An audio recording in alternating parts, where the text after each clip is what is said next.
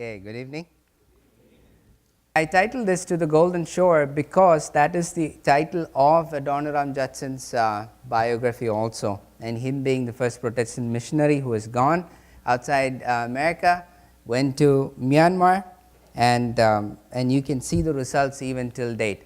Now the country of Myanmar, just to give it in context, you can see that in red right behind.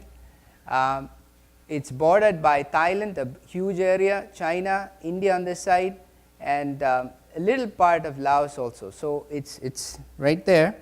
And the country of Myanmar, just for some statistics, you have 48 million people, and it's divided into 7 states and then 7 divisions.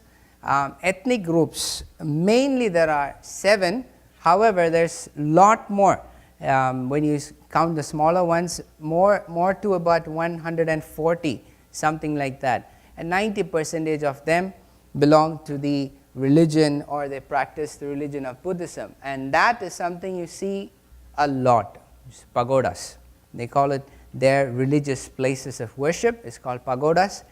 Anywhere you come, anywhere you go, you will see these pagodas, and they always have golden exterior. It's either painted in gold, or they somehow have that really affinity for gold. So that's one of the things. They call it the Golden State and everything like that. But by God's grace, we have sent 3 different languages with Jesus Film. Jesus Film, what I mean is the Asian or the Indian version of that. There's 2 radio broadcasts and 2 gospel tracks in their own languages. All right.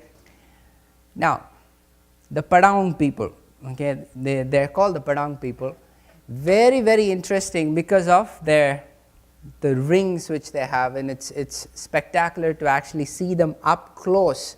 And they seemingly have 24. At least the person we saw, that is one of the people we saw, she had 24 of them, and they're very rich in their cultural heritage. They're one particular ethnic group within another larger ethnic group. You have more than 50,000 of them, yet most of them are unreached. And why I shared that is because for us to reach these people, we actually had to go by boat, and we had the opportunity to go as a family there. And you had to actually travel by boat about an hour and a half.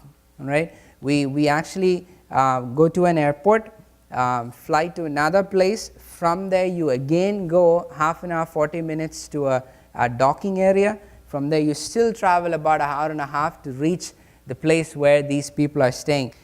Imagine with me that a missionary who has to reach this group of people has to actually travel all this way, and that too, 1.5 hours is by a motorized boat, not this kind of little canoe. All right. So if that's the one which is available, you still have to travel so far to actually reach this kind of people group.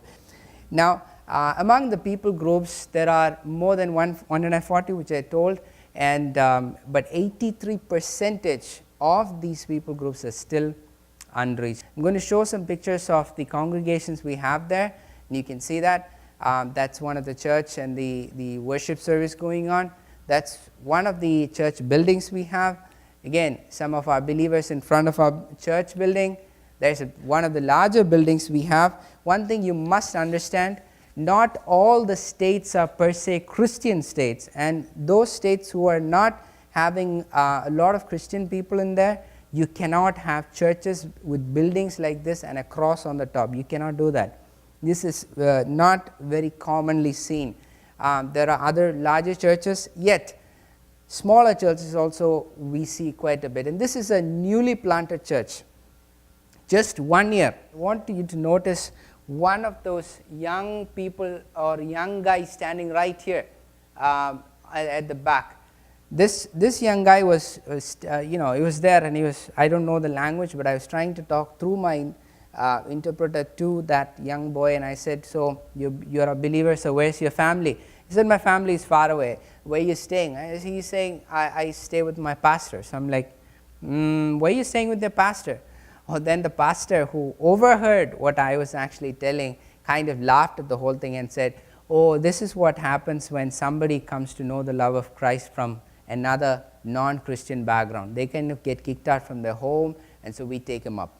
So keep that in mind as the depth of commitment and the suffering which they actually have to go through. This is just one example. One young person, I think he should be not more than 17. He doesn't look more than 17. He's still studying, which would mean he's something like that. So this is just one example. As you go through the country, you will see much more. Example, we had youth meetings and we saw them.